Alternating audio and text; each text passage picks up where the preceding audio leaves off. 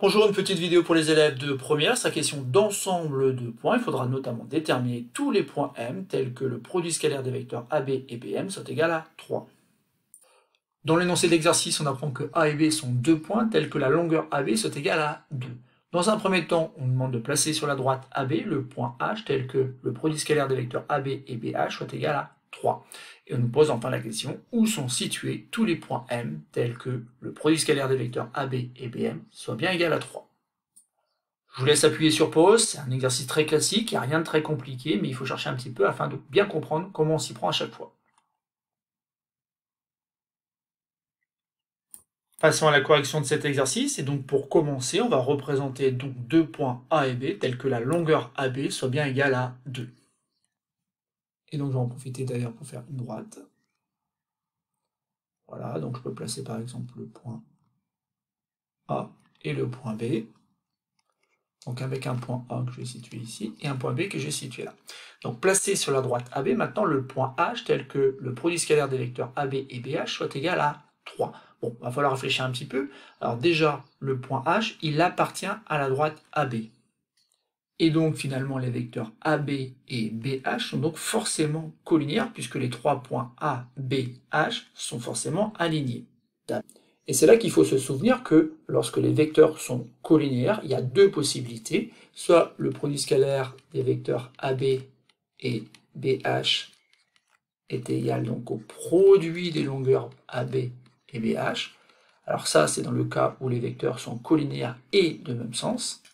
Et l'autre cas, c'est le cas où le produit scalaire est égal donc à moins AB multiplié par BH, le cas où les vecteurs sont collinéaires et de sens contraire. Alors s'ils sont de sens contraire, nécessairement, ça implique que le produit scalaire est négatif, puisqu'on multiplie la longueur AB par la longueur BH. Donc ici, ça fait une quantité qui est négative. Mais c'est pas possible que ça soit ça, puisque en fait ici, le produit scalaire est égal à 3, qui est strictement positif. On en déduit donc que les vecteurs AB et BH sont collinéaires et de même sens. Et donc, puisque les deux vecteurs sont collinéaires et de même sens, on va donc une nouvelle fois pouvoir réécrire que AB, produit scalaire des vecteurs AB et BH, n'est rien d'autre que finalement le produit des longueurs AB et BH. Sauf que le produit scalaire, on sait qu'il vaut 3, et que la longueur AB, on sait qu'elle est égale à 2.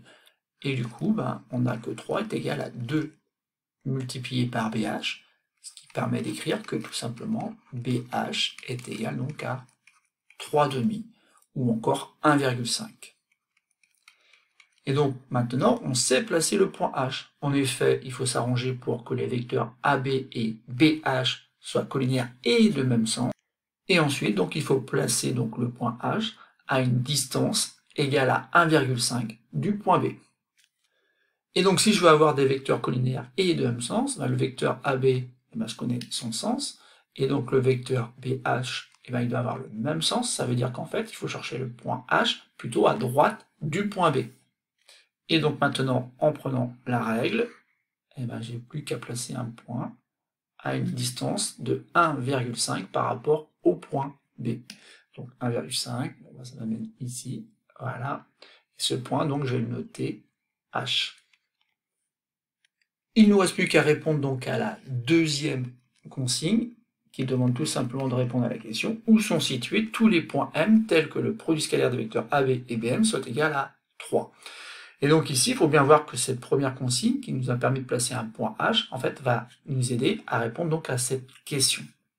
En effet, ici, on sait déjà que le point H est un point qui fait que le produit scalaire des vecteurs AB et BH soit bien égal à 3. Donc, supposons maintenant qu'on en ait un autre. Alors, ce point-là, je vais le situer par exemple ici. Et donc, on aurait que le produit scalaire des vecteurs AB, comme ceci, et BM, doit être égal à 3. Sauf qu'en fait, ici, on va pouvoir utiliser le projeté orthogonal du point M sur la droite AB. Et on voit bien qu'on n'a pas d'autre possibilité que d'avoir H comme projeté orthogonal du point M sur la droite AB. Autrement dit, le point M appartient à la perpendiculaire à la droite AB, passant par H. Et donc on obtient à l'équerre cette droite, qu'on va prolonger. Et donc voilà, on a notre ensemble de points M, tel que le produit scalaire des vecteurs AB et BM soit bien égal à 3. Et c'est donc terminé pour cette vidéo. On va retenir tout simplement qu'on se sert en effet à chaque fois de ce point H, qui est en fait le projeté orthogonal de tous les points M, qui vérifie donc cette relation qui dit que le produit scalaire des vecteurs AB et BM est égal à 3. Donc on pourrait changer les valeurs, et pourtant on aura toujours le même raisonnement.